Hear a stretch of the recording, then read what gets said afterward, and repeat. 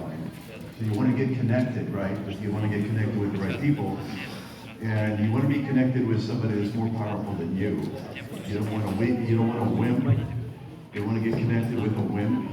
You want to get connected with somebody that's poor or stupid. So you don't like connect with stupid, you don't connect with poor.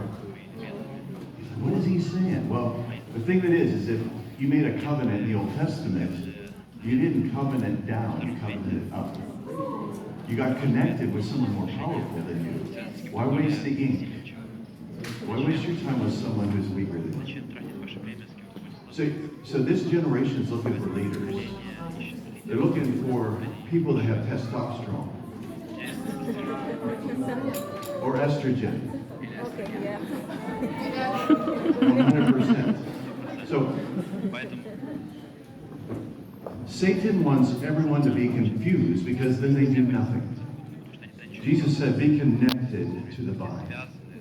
What does that mean? That means that you're just a branch. So he's the main source of everything. And without the vine, the branch dies.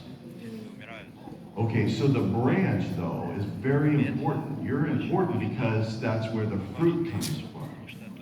The fruit doesn't appear on the vine, it appears on the branch. That's the whole idea. Okay, you're dismissed. That was good. All right, so you need to know who you are, and you need to know who you need to connect with, or who you are connected with. So, sometimes you can't get things on your own. Sometimes what you have is not enough. So it's very important in your life that you have the right people in your life. So what happens is there are people that believe that God heals. And a whole bunch of people around them don't believe that until they get sick. No, they'll come against people that are higher in understanding or in power or influence. People will come against people because they think that it's better to lower the standard so you feel better than to come up to it. So they will make fun of you. They will degrade you. Satan will try to bring you down because he knows that people are lazy.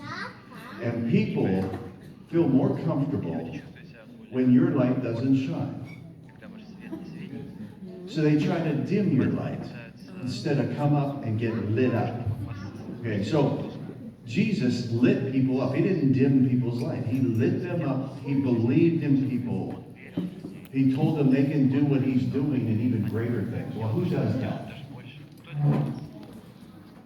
Okay, so you have to remember that most people think it's easier to get rid of a standard than have to live by it. If the standard is a person, then they get rid of the person. Because they think by getting rid of that standard that the requirement goes away. So, people think that tearing someone down is better than allowing themselves to be built up, to come up to it. It's a lot of wasted energy. It takes more energy to tear something down. So Jesus was all about building strength of God was revealed. That's what's happening now in this room. That's what's happening this weekend. Is you need help. And the faster you admit it, the faster help's going to come. Because God is what you need, and you're never going to get there on your own, no matter what. You have to be connected.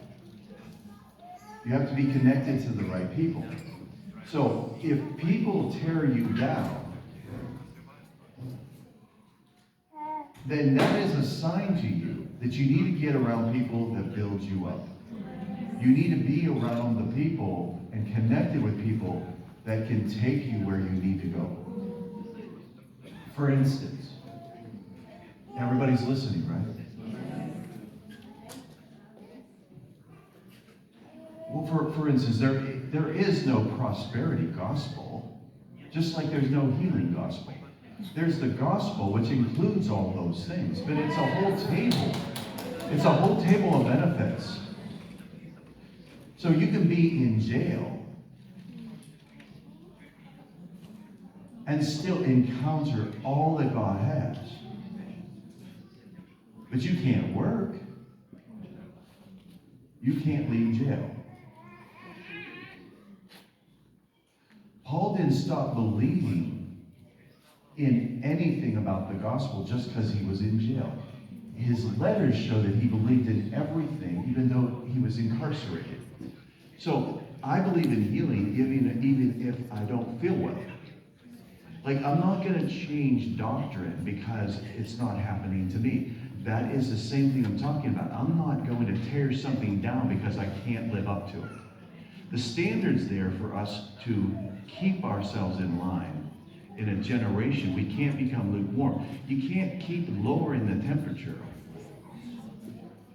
so that everybody's okay. Because the next thing you know, there's an ice age. I mean, where lukewarm would be great. See, and if I just keep cutting out all the gospel message to make everyone happy, all we have done is rob people. Jesus already died for all these things. So, because people don't believe in prosperity, I have to. Because I end up having to pay the bills for those who don't believe. So, everybody will fight you about something until they need it. And then they come to you because they know you believe it. So, everything's fine until the doctors can't do anything about your disease. And then, well, Sally believes in healing, so let's go to her and have her pray for us. It's like poor God gets the last resort. Poor God, So, at the last resort, when everybody gives up on you, you can always just go to God and ask for a miracle. Well, you're going to go to that person that you've made fun of for the last couple